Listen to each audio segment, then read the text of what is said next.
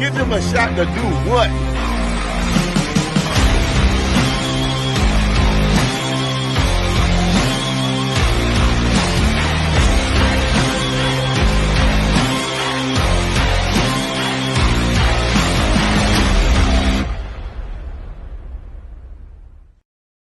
And we back, ladies and gentlemen. Welcome back to the Give Us a Shot Network. I am Mike Hughes. You are listening to the Shy Kid Podcast, only brought to you by Give Us a Shot. So make sure you give us a shot. Hit that like, follow, and subscribe button right now because we're doing things all summer long. It's going to be super exciting to see how we continue to make waves, continue to be the best versions of ourselves every single day. Today, we're talking about an organization that throughout my entire childhood, I was told, it's the ghost of Michael Jordan. It is the dynasty that was, the dynasty that lives and breathes Chicago hoops, that made the Chicago Bulls relevant. 6 championships in less than 10 years, 2 three-peats. Michael Jordan, the Chicago Bulls. Now, I was born in 2000. So I know nothing but pain. I was literally there the second everybody got the fuck out of Dodge. Like that's really what it comes down to. All I know is the MVP year of D Rose, my childhood getting crushed by the ACL injury of 2011, 2012. And then after that, you got a couple stints of Jimmy Butler and Dwayne Wade and Rajon Rondo. We'll get into all that later. But all I know is frustration and pain as a Chicago Bulls fan. Today, we're going to be talking about the Chicago Bulls in its entirety and what we see fit. It's the summer of the Shy, baby. We're really excited to get into it, get in tuned. If you hear the dog barking upstairs, that's my guy Rizzo. He's excited as well. Do apologize for that. But, we get some news early on, kind of discussing about what the future of the Chicago Bulls is going to look like with Arturas. Mark Eversley could potentially be leaving for a general manager job somewhere else, or maybe even a front office job somewhere. We're hearing rumors and speculations about other teams being interested in him. So even though he made this mess, he's not trying to clean it up. And really, even so, do we trust him to clean it up? So, it's not the worst thing in the world. We still have Arturas in the building. We'll see what happens with Mark. But as of right now, Billy Donovan, who there were a lot of questions towards the end of the season last year of whether Billy Donovan was going to return or not, whether that was due to the Chicago Bulls firing him or to him taking a potential college job at the collegiate level, potentially Kentucky. Those were kind of the rumors and speculations going around, but there wasn't any real validity to it, and Billy shot it down really quick while they were still in the play-in and hunting for the playoffs. But since then, let's talk about Billy Donovan as a Chicago Bull. Over 4 seasons as the head coach of the Chicago Bulls, a 156 and 162 record, just under 500, just a few games, not too bad. We have 2 play-in exits, a first-round exit to Giannis Antetokounmpo, and 1 year of missing the playoffs. Now, when you look at that and understand that, more times than not, we're seeing the same trend. We're seeing an organization that's going to win 36 to 41 games a year. It's not looking good whatsoever for the Chicago Bulls. It's that complacency. It's kind of just understanding that, we're not bad enough to get the number 1 overall pick, which this year we have the 11th overall pick, but we're not good enough to also win a playoff series. Nonetheless, even talk Eastern Conference Finals. Like, we're going to be completely real right now and have a legitimate conversation. The fact of the matter is this: the Minnesota Timberwolves and the Indiana Pacers have been more relevant than the Chicago Bulls. That's a problem. I'm sorry. That silence in the air, that's how the whole city should feel right now. Those small market teams should not have better caliber rosters than we do. You have Rudy Gobert as a top 15 paid player in all of the league. You thought that was going to be one of the worst deals possible. And he's better than Nikola Vucevic. Like that's a problem. You know what I mean? Anthony Edwards and company are great. Jaden McDaniels, Mike Conley. These aren't hard things to gather. Like these are, one's a top 3 pick. Okay, cool. They earned it. They tanked. You know what I mean? Shout out to the Golden State Warriors for not taking Anthony Edwards, because Steph Curry and Anthony Edwards would have been a fucking problem. But you look at that and you're kind of just understanding, like, man, the Bulls put themselves in position to have more success, more so than both of these organizations, and for a longer period of time, and it just hasn't lived up to that. Billy being the head coach, there's obviously going to be faults because of that. You're going to be the first guy that leans on the sword. Obviously, Zach Lavine is the second guy to lean on that sword, and then Arturas. But it's interesting, man. It's really interesting, bro. It's gonna be a lot of fun to see what potentially happens and how the Bulls move forward. Billy Donovan hires new assistants, which is obviously the outlier. Billy Donovan will be returning as the head coach of the Chicago Bulls for the 2024-2025 season. There's no doubt about it. I mean, you bring in 2 new assistant head coaches. Why would you fire him? You know what I mean? So we're going to shut that down immediately. I know a lot of people are calling for Billy's head right now, but the reality is this: he will be returning. Now, he hired Wes Unseld Jr. He was the assistant coach in Denver from 2015 to 2021 and the head coach of the Washington Wizards from 2021 to 2024. He also hired Dan Craig, who was the assistant for the Miami Heat from 2012 to 2015, then returned in 2016 to 2020. He was just the assistant coach of the Los Angeles Clippers and Ty Lue from 2020 to 2024. So you got some guys who have been in these roles before, some experience. You're under Ty Lue, you're under Eric Spoelstra. You got, and I believe, if I'm not mistaken, Wes or Dan, one of them, also worked in 2011 or 2012 with the Golden State Warriors. So you had some time with Steve Kerr as well. So it's exciting to see. Was Steve around in 2011? I don't even remember. But the point of it being, you have that experience of understanding that these guys have been in the league. These guys aren't coming out of college. Billy's bringing in other minds to help him continue to be better and continue to put a roster together that's going to be able to have success. The only question to me is, are you going to be able to put the best roster forward? We see Andre Drummond, who we'll talk about a little bit later, is putting up 15 and 20 on a nightly basis, still coming off the bench for the Chicago Bulls, and Nikola Vucevic can't get back on defense. I mean, that's just really what it comes down to. You know what I mean? And it's just one of those things for me where he looks lost, he looks exhausted, and I just don't know where the Chicago Bulls need to go moving forward. And that's one of the biggest issues. 156 and 162. This isn't a small sample size. This isn't the COVID season anymore. We have to actually take these facts into consideration and say, is Billy doing the Bulls justice? Is he putting guys in position to have success? The lineups are very questionable all the time. But a part of that is obviously the contracts that come with these lineups. When fully healthy, the idea of Lonzo Ball, Zach Lavine, DeMar DeRozan, Patrick Williams, Kobe White on the bench, and Nikola Vucevic at the 5, it's a match made in heaven. We saw this team be number 1 in the East in the first half of 2021, 2022. So, you definitely understand that there is a formula to this, and there was a time where this was working, and we were very excited about it. But, that's 3 seasons ago. We have to move on. You know what I mean? That's just what it comes down to. We're going into our 4th year of these guys. Lonzo Ball's going into the 4th year of his deal. And he's played 35 games. We're going to get into that in a little while as well. And all of them were in the first half of his first year. So, we have to recognize that this isn't the team that was once assembled. Nikola Vucevic has taken a step back. Patrick Williams was a number 4 overall pick. A lot of promise, a lot of potential there. Just never really panned out to who he. I don't even want to say that. I don't even want to say who he should have been, because he came off the bench in college at Florida. So I don't know what their thought process was. I don't know. I mean, Tyrese Maxey was available. Tyrese Halliburton was available. A bunch of cats were available. Denny Avdija, Obi Toppin, bunch of cats. And we ended up taking Patrick Williams. And that's no fault of Patrick Williams, but the reality is this: he is who he is right now, and we're going to get into that.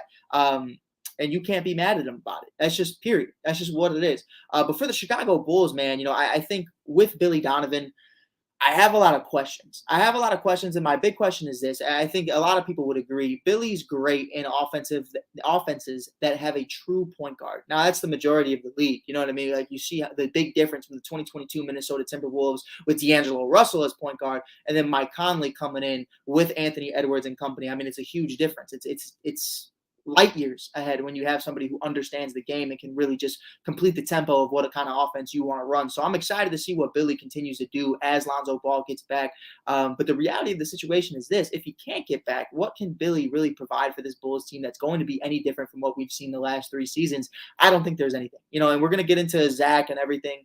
But, as far as Billy goes, this is my final year of questioning Billy Donovan. This is my last season of wondering, is he going to be here for the foreseeable future? If we see another play-in loss, if we see another first-round exit, or just miss the playoffs in its entirety, or win 36 to 41 games and nothing to show for it, you know what I mean? Can we continue to do this every single year? Complacency. Now, we understand where the Reinsdorf organization stands on that. They are completely okay with complacency. Just look at the Chicago White Sox, the Chicago Bulls, every organization they've ever touched. They completely are okay with being second. They do just enough to sell tickets, but not enough to win championships. Now, sure, there's the outliers of the 2005 White Sox who completely fell off the map immediately after, one-hit wonders, and then the Chicago Bulls, who had the greatest fucking player of all time in Michael Jordan. Also, shout out to Dick's Sporting Goods because I got this new Michael Jordan shirt. I don't know if I know you guys can't see it on Give Us a Shot, but if you're looking at this on TikTok, it's cold, brother. It is cold. It is tough. It's a new Air Jordan shirt. Got Jordan on it. I think it's super dope. But with that being said, let's get into the next conversation. Obviously, Wes and Dan joined the team to help Billy Donovan assemble a roster that's going to be able to compete for a championship. But there's a few free agents on the Chicago Bulls right now. There's a few free agents that I think the Bulls have to have realistic expectations and realistic conversations about. As of right now, the big three names of the Chicago Bulls 2024-2025 free agency class, you're looking at DeMar DeRozan, Patrick Williams, and Andre Drummond. Now, Javonte Green and company as well, but it's neither here nor there. You know what I mean? But really right here, I want to start the first one. Andre Drummond. I am huge on bringing back Dre. I think, obviously, he stepped on Kobe a couple times. He ran into Caruso. He had a horrible play with Torrey Craig. The end of the season was pretty tough for Andre Drummond, but he had a phenomenal year nonetheless. There was a 10-game span where this guy was averaging 15 and 15. That's just what it comes off the bench. That's just what it comes down to. So I would really love to have Andre Drummond back in the building, and if not, he's probably going to go to a championship caliber team and really make some noise. But I'm excited to get him back. The Penguin definitely needs the return. Patrick Williams, in his 3 seasons in Chicago, played 71 games his first year. I believe he played less than 20 games his second year, and then 80. How many games did he play? 81 in 2023 or something. He got a little banged up in 2023, 2024, but he played the majority of the season. Patrick Williams, 9.7 points per game. Solid defense, not the defensive presence that we thought he could turn into. A lot of people called him the paw, playing on Kawhi Leonard's the claw or baby Jimmy Butler. Sure, it just really hasn't turned into that, but he's been solid. I think he can continue to develop into a great two-way player. 4.2 rebounds per game, but the big thing right here, he has found himself and what he is supposed to do, at least in this role with the Chicago Bulls. 41% from 3. 3-point shooting has been great. The league average is 35, 36%. So for him to be shooting 41% definitely does hold value for the Chicago Bulls. Now, there was rumors at the beginning of the season that he wanted $200 million. And you're smoking a fat wood if you think I'm even giving you 150. You're fucking crazy. No shot.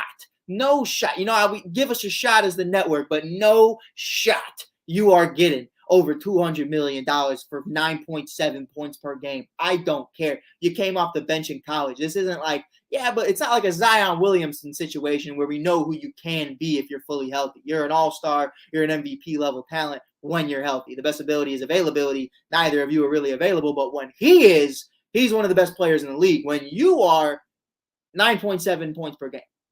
Now, a big part of that, you come into a system that's already in place for Zach Lavine, Nikola Vucevic, and DeMar DeRozan. Kobe White obviously took over, but to that point, Kobe White took over, so why can't you? You know what I mean? And that's the biggest factor to it. Ayo Dosunmu even had a great year. But with that being said, Patrick Williams is somebody I'd definitely be interested in bringing back if it's right. I'm not going to force that whatsoever. I don't think that would be a very good financial investment to invest in that, especially if this team is ultimately just going into a rebuild anyway. The big name, though, Casey Johnson is reported that there are rumors and speculations of DeMar DeRozan and the Chicago Bulls having a mutual interest to want to return. They want DeMar DeRozan to retire a Chicago Bull. He's a Hall of Famer, the king of the fourth quarter, the mid-range god, almost won Clutch Player of the Year award, only coming to second to the Stephen Wardell Curry. There's rumors going around, though, and some were reported from Casey Johnson. I don't know the validity to it. There are other people saying it's from other sources. The rumor is the Bulls are reportedly offering a 2-year, $40+ million per year deal to DeMar DeRozan, making him paid anywhere from $40 to $45 million per year. That, to me, for DeMar, at this point in time, it's one of those. It's one of those where you don't hate it because you love DeMar. DeMar is a Hall of Famer. What he's done, Debo has been amazing. He's been a great mentor to Kobe and Ayo and the young guns. You definitely want him a part of this organization. But at 40 to 45 or even $50 million per year for DeMar DeRozan, we're winning 36 to 41 games per year. What's the point? What is the point? At that point, I'm interested in a sign and trade. You know what I mean? If you want to go to Los Angeles, go home, whether that's with the Lakers, the Clippers, whoever, you want to do a sign and trade, send us Austin Reeves or something along those lines. Sure, no problem. Rui Hachimura, I don't care what it is. several draft picks. That's fine, but like to think we're re-signing DeMar DeRozan to be one of the highest paid players in the league. It's a scary thought. It's a scary thought, and I'll tell you why it's a scary thought. I'm looking at the Chicago Bulls' highest paid players. Right now, Zach Lavine sits at $45 million per year. If you add DeMar DeRozan, 40 to 45, he's number 2. Then you look at Nikola Vucevic at number 3, $21 million per year. The 4th highest paid Chicago Bull is the best scorer on the Bulls in Coby White at $12 million per year. Now, obviously, he came off a season where he was only averaging, 9 points per game, just like Patrick Williams. And you understand that, you got him for a pretty good discount. You're not gonna get those contracts all the time. Coby White balled out 19 points per game, shooting the lights out the ball, shooting over 40% from 3. There was a span where he was shooting almost 50% from 3 earlier in October, November, December. With that being said, if your 4th highest paid player is your best player, that is a fucking problem. That is a problem. And there's no way around it. I think for me right now, understanding that Coby is the franchise player of the Chicago Bulls, also understanding that is Coby the franchise player of the Chicago Bulls. Now, I know what I just said probably did it, like I just repeated myself twice, but one's a statement and one's a question. Like, I saw Coby as a franchise player all year long. I thought he was the most improved player. I don't know how Tyrese Maxey wins it, going from 20 points per game to 25 points per game when Coby goes from 9 to 19. But nonetheless, I digress. Coby showed that he can be a number 1 option. Maybe not on a championship caliber team, but on this team he was. And he did a great job at it. And I think for me, the question becomes, on a championship caliber team, can Coby White be your franchise player? That has yet to remain to be seen. And I think that's what we need to figure out within the next couple weeks. Within the summer, but not a couple weeks, couple months, I should say. Over the summer, you're going to have a good understanding of Coby White's development. Is 19 going to go to 25 points per game? Is that going to end up being 30 points per game? Is he going to be an all-star next year? Like, is he going to start getting the love that Tyrese Maxey and guys like Tyrese Halliburton receive now? That's the question. Now, DeMar DeRozan kind of constricts that. Because DeMar at times definitely does take bad shots, definitely does, forget the other 4 players on the court, and he just kind of plays iso ball, and that's fine, when you're at the game and you're just going for buckets and you're trying to have a good time. But if you're trying to win ball games, you need to see Coby White in the corner. You need to, get the ball to Coby White. This is Coby's team at this point in time in my eyes. I love Debo. I love DeMar. But that's really where I would be at right now if I'm the Chicago Bulls organization and I'm Billy Donovan, who's predicated himself on so many great point guards of the future. You know what I mean? You look at him when he had Russell Westbrook. You look at him when he had a young SGA, an older Chris Paul. He predicates himself on surrounding an offense around true point guards. Can Coby White be that true point guard? I don't think so. I've watched him at UNC. I watched him as a Tar Heel, with Coach K and company, kind of being in his ear, throughout the years.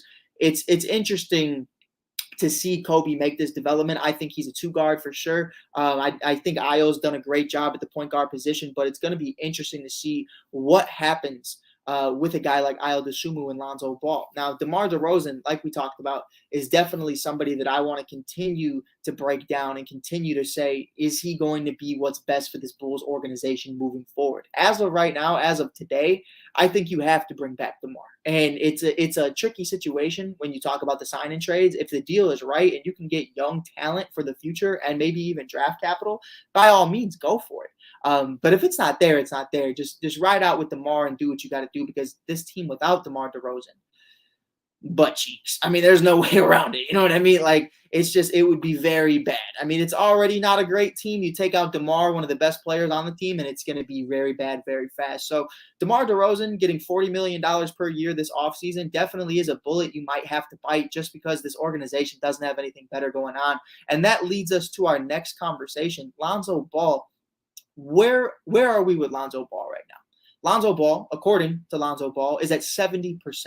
Now, Lonzo hasn't played a game since 2021-2022, where he only played 35 games in the first half of his first season with the Chicago Bulls. They were number 1 in the East. He was one of the better defenders in the league. He was shooting the lights out the ball from 3. His 3-ball was falling. I mean, there was so much energy between him and Zach Lavine and DeMar DeRozan. You remember their famous nickname, DeBallzak. But with that being said, Lonzo just picked up his option to make $21 million this year for the Chicago Bulls, and you're only at 70%.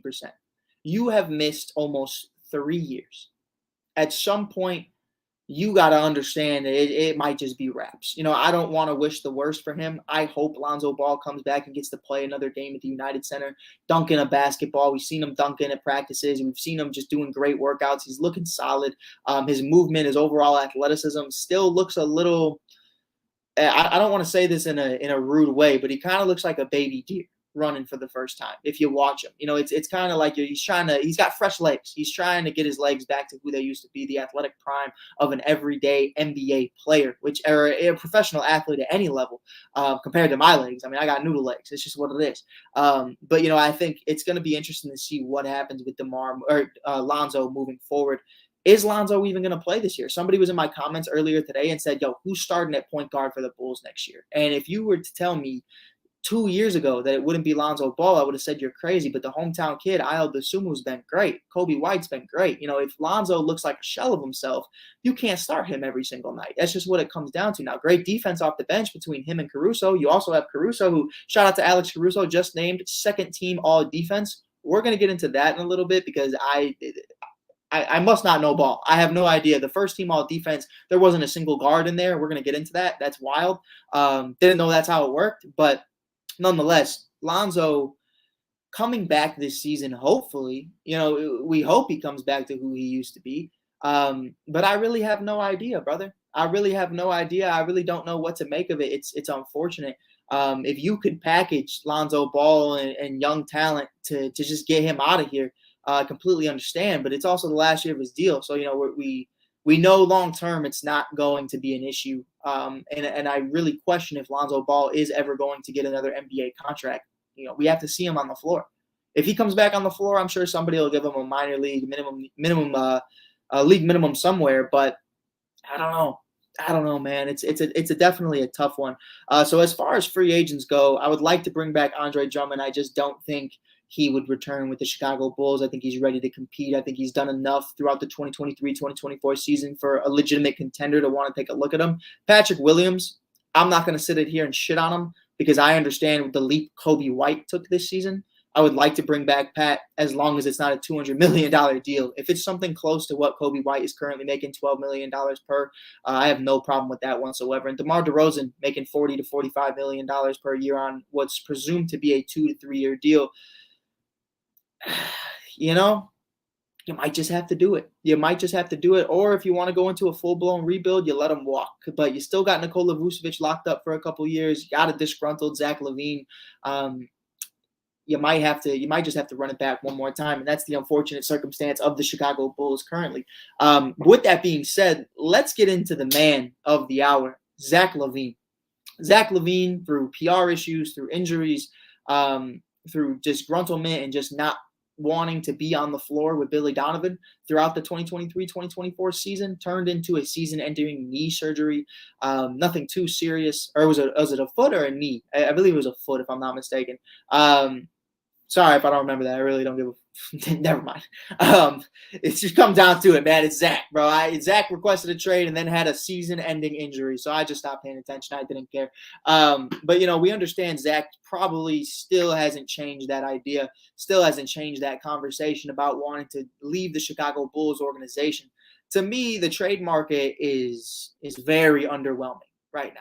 You don't want to trade Zach for a bag of chips, but you might have to. The comparison I've been making, the way I think you need to look at it, if you're the Chicago Bulls organization, you have to take a page out of the 76ers book. Shout out to my guy, Jerm Edwards. I'm gonna give you some love because when they got rid of James Harden, a Hall of Famer, one of the best shooting guards of all time, not the best, probably not top 3. I have him in my top 5, maybe top 3, maybe top 3. No, because I would say Michael Jordan, Kobe Bryant, Dwayne Wade, James Harden. Okay, top 4, and he ain't 3, 2, or 1.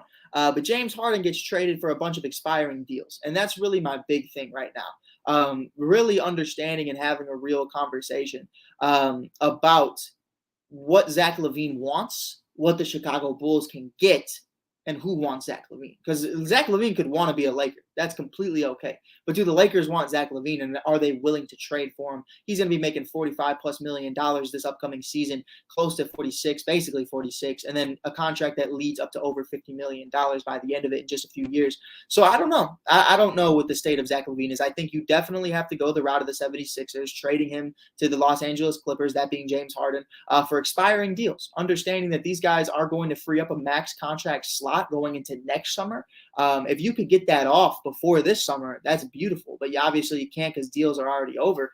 But I think at the end of the day, man, you have to look at it from that perspective. I know everybody wants young talent. Everybody wants, let's get Mikal Bridges. Let's get Sengun from the Rockets. Let's get all these other, I mean, yeah, but first of all, they're giving up young players who are great. And then on top of that, you have to pay the guy $45 million fucking dollars. So, I mean, it's really hard for teams to want to do that, especially attaching it to a guy who, I mean, let's be completely honest. Like we talked about with Kobe White. Kobe White was a number one option on this team this year. But is he a number one option or a number two option on a championship caliber team? That's yet to be seen. And I think Zach's in a very similar situation. I've seen Zach Lavine be an all-star. But is Zach Lavine going to be a 1 or a 2 on a championship caliber team? Does LeBron James trust Zach Lavine to be his number 2 or 3 alongside Anthony Davis? That's I fished around with that. I don't know if we can make the numbers work just because of Zach's contract. I think they definitely have the young bodies.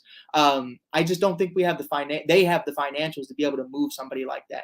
It's going to be interesting, though. It's going to be interesting to see what happens, and I don't know what happens with Zach Lavine moving forward. Would I love to see the Chicago Bulls with an undisgruntled Zach Lavine, perfectly happy, perfectly healthy, go out there with a Kobe White who just averaged 19 points per game, shooting the lights out the ball, a healthy Lonzo Ball, and DeMar DeRozan back? Of course. If you can – listen, this isn't a great lineup whatsoever, but this is a Chicago Bulls lineup that is probably realistic. Going into 2024, I think 2025, I should say, the understanding is the Bulls could potentially roll out Lonzo Ball at the 1, Kobe White at the 2, Zach Lavine at the 3, DeMar DeRozan at the 4, and Nikola Vucevic at the 5. With Kobe's ascendance and offensive production rising, I think that's a pretty solid squad. Now, is that a great squad? No. Is that a playoff squad? Fringe, maybe 8th seed, 7th seed. But if they're fully healthy, I think this team can be a top 6 seed in the Eastern Conference. And that's really my honest opinion, especially with the emergence of guys like Ayo Dosunmu and Kobe White. I think it's very important. I think it's going to be a lot of fun to see if these guys can get fully healthy. You still have Alex Caruso and company, Torrey Craig as well. It's going to be fun to see what potentially happens. But at the end of the day, man, I really don't know. And I really can't say what this roster is going to look like. Because 1, we don't know what Lonzo looks like. 2, we don't know what's going to happen with DeMar or Pat. And then 3, you really break down the reality of the situation and say when and if and when Zach Lavine gets traded, what does that do for the rest of the guys? If they trade Zach Lavine, are they just going to go full out? Are they going to trade Vooch? Are they going to trade DeMar? Are they going to trade Caruso? Are they just going to go full out? Or are they just trying to retool by getting as much as they can for a guy like Zach? I think that's the real question. So that, again, yet to be seen, remains to be seen. I'm excited to see what the future potentially looks like. One of our final topics tonight, I'm really curious about this one because, boys, I don't think I know ball. I don't think I know ball whatsoever, and I think it's a problem. I saw the first team all defense today, and I was mind-boggled for real. When you look at the first team all defense of 2024, you don't have a single guard on that entire list. Now, I was under the impression my entire almost 24 years of life that it was the best defensive players at every position to create a starting 5 that makes up the first team with the maybe small chance that instead of a small forward, you have 2 power forwards. You know what I mean? This time, you get Rudy Gobert, Victor Wembanyama, Bam Adebayo, a forward, and I believe another center that it's blanking my mind right now. The second team, all defense, has like 3 or 4 fucking guards. It's crazy to me. It's crazy to me. Like, I don't know. I really have no words. Because every year I feel like you got 2 guards, 2 forwards, and a center. Every year. Maybe I'm wrong. But I don't remember them saying it's now going to be positionless to some of the comments in here. I don't remember them ever saying something like this before. Like Alex Caruso being second team is kind of crazy to me considering the season that he's had. But I mean, to me, it's kind of part of my language, but it's kind of fucked up because you think about it, and guys, specifically certain individuals, maybe, and Alex Caruso, maybe there's a $700,000 incentive if you're an all defensive first team and not a single guard gets it. Like, I'd be okay if I'm Alex Caruso. I'm okay if True Holiday beats me out. Victor Wembanyama is listed as the point guard in the first team. Like, you know what I mean? Like, and he's not. It's just saying for reference. Like, what a whole fucking team full of fucking centers and forwards is crazy, brother. I don't know. It was wild to me when I saw that. I really didn't know what to make of it. There's a lot of different conversations we can have about, you know, the calling of the Chicago Bulls and just getting snubbed and how the NBA has been ran over the last few years. You know, you got to be an all-star. You got to be on a championship caliber team to get some love. Kobe White should have been the most improved player, and they give it to Tyrese Maxey. But, you know, I digress. But the whole league, I mean, that is weird. That is weird to me. I never seen something like that in my life. It's interesting. It is definitely interesting. So I'm curious to see how that shakes moving forward. I saw Alex Caruso on Twitter today, was very disgruntled by it. But yeah, that was my only thoughts on that. If you guys have thoughts as well, definitely let me know. Do you think it should be positionless? Do you think there should be a starting 5, 1 through 5, every single position of the best defensive players in order? How do you think it should go? But appreciate you guys tuning in. Appreciate you guys being here. Appreciate you guys always checking us out on the Shy Kid Podcast. Hit that like, hit that follow button if you haven't already.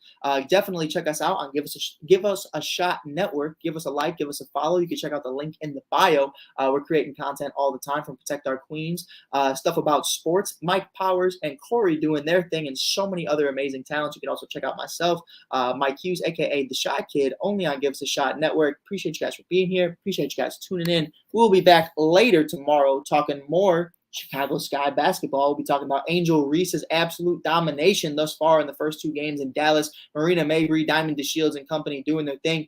Big E, Teresa Weatherspoon's first win in the W as a head coach, and so much more. Until then, check you guys out later. Peace.